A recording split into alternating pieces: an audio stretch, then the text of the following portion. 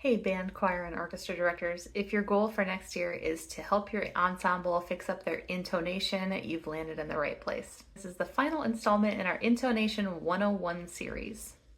So far in this series, we've covered everything from tone quality and pitch flexibility to using electronic tuners and drones, and last week I gave you a free resource for a pitch map. So if you've missed those videos, make sure you go back and check them out and then come back here and like and follow. In today's video, I'm going to be discussing cross-section tuning and the sound pyramid. Here we go.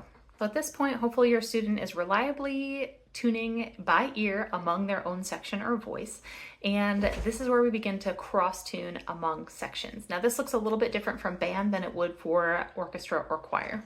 For band, obviously we're dealing with different instrument colors, and so what I'll start with usually is having the students go in the same octave among the same family. So flutes and oboes would tune together, trumpets and horns, trombones and euphoniums, that kind of thing.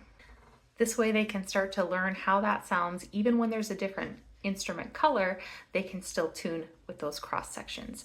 For orchestra and choir, obviously you have fewer colors, and so what you'll want to do is start tuning among those octaves. And that's the next step for band too, is to add octaves, because it's easier for students to hear pitch in the same octave than it is when you spread it out.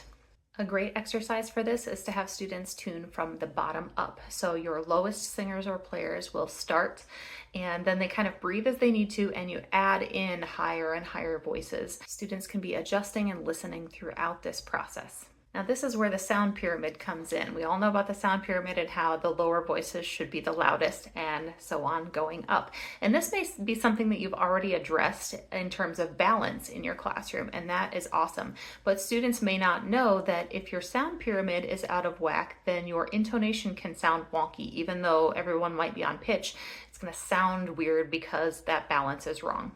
So in addition to tuning on a tuning note using the sound pyramid, what I like to do is use that method to sound check any tricky chords that might be in your literature. Hit a spot that sounds a little bit less in tune than we would want, use that method, start from the bottom and build that chord as they go so students can hear where they need to adjust. So there you have it, all my favorite steps for making sure that students end up with good intonation by the time they get to be an advanced player. And if I missed any of your favorite tips or tricks, then make sure you let me know in the comments. I would love to hear them. That's all for today. Catch you next time.